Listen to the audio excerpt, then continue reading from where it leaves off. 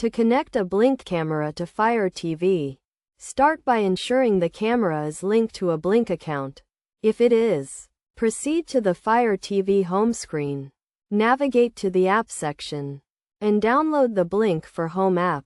Once installed, open the app and sign in to the Blink account to access live feeds from the camera on the Fire TV.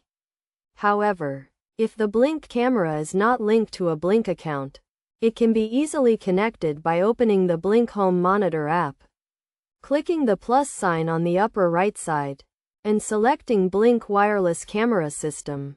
Then, choose to enter the serial number manually, which can be found on the device, and give the Blink system a name.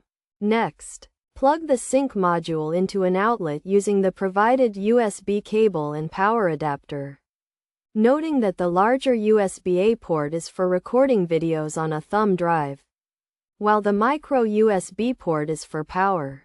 Wait for the blue light to begin blinking and the green light to become constant.